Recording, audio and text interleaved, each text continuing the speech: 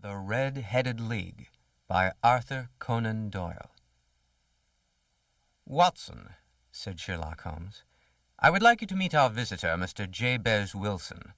Although I've heard only the beginning of his story, which I will ask him to repeat for you now, certain details convince me that it is unique among the thousands of cases with which I am familiar.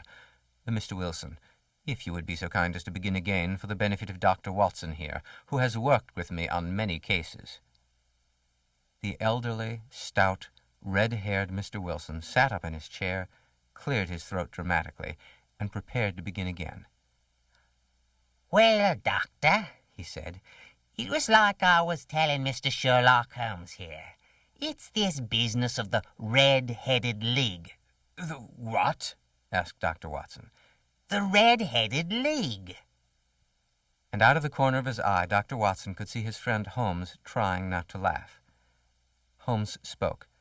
"First, Mr. Wilson, please give Dr. Watson a little background about yourself and your circumstances, other than the obvious details that at some time you undertook manual labor, and that at least once in your life you traveled to China."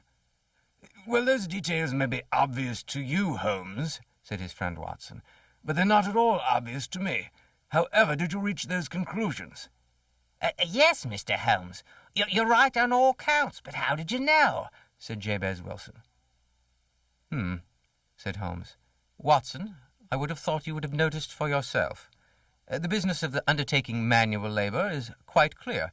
Compare the size of Mr. Wilson's right hand to his left. The muscles of his right hand are much more highly developed.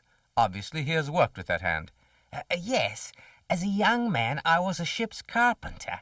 In fact, that's when I traveled to China. But how did you know that?" "Well, there is upon your right wrist a tattoo, which is quite characteristic of Chinese tattoo art. I've made quite a study of the subject, you see.